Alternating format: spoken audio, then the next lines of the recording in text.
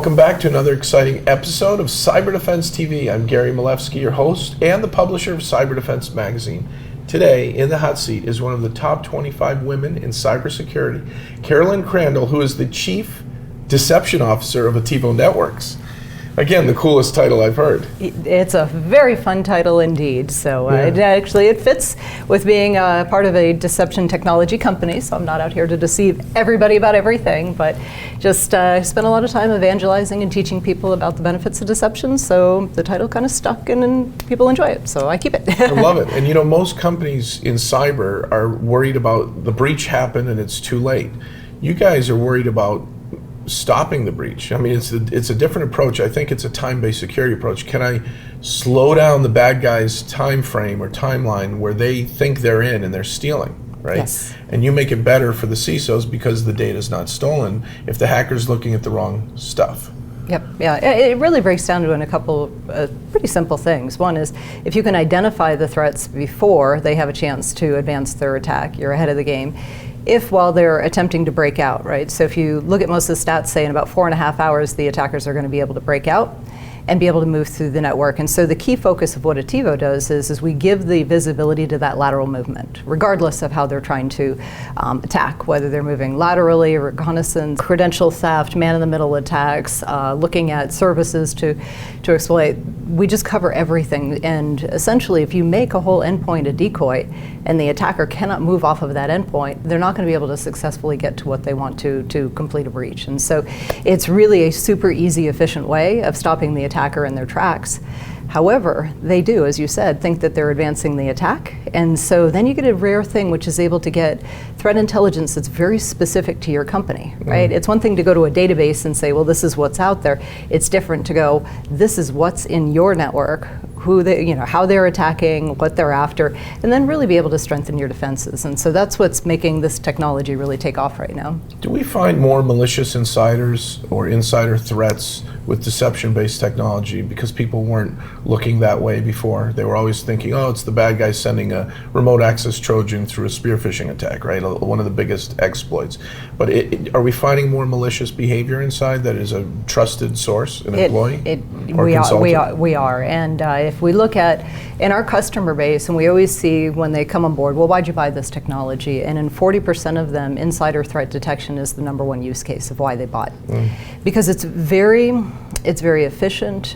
You can put it everywhere, and it's so blended into the environment that regardless who you are, you're going to trip over it in some way or another. And so the other difference is not only do you get an alert, but it's substantiated because now we can go and see, well, how were they attacking? What were they after? And be able to track and log it. So when they go to take corrective action with their legal and HR departments, it's all very substantiated. So when they go, well, no, I wasn't. Well, now there's irrefutable proof. Well, you were, and so it's a big use case. Probably the biggest debate between it is do I tell my employees like zero tolerance, like we're watching you, do not go color outside the lines? Which is completely legal to do. Right. It's your business. You can do what you want on your corporate premises if it's related to protecting the assets and complying with regulations. Yeah, and you're protected. And then there are others that go, look, maybe I'm a financial institution and I want to know what are they up to. How big is this ring? And we've actually caught in one telco 20 people inside of a ring of insider threats. Wow. And because they were able to study and let the attacks continue to play out inside, that group of people were all exited from the company, but it was the deception technology that was able to capture the ring of all the people participating and be able to make sure that they truly eradicated everything from the network. So it's kind of fun and a great technology for it. I think it's amazing. So how quickly can we deploy Attivo? And you were talking about the endpoints. Are you putting out agents as well as having an appliance? And is it inline? Is it a VM? Is it in the cloud? How's it all getting deployed? Yeah, so think about all of that and go, that's way too complicated. And so Attivo does it in a super, super easy way. So there are different types of deception technology that are out there, and Attivo crosses the gamut. So you'll have things that'll sit at the endpoint. It's not agent-based, so you don't need to worry about maintaining or keeping it. But we basically use machine learning to learn, understand the network. We prepare the credentials. We automatically deploy them, and we can automatically refresh them as well.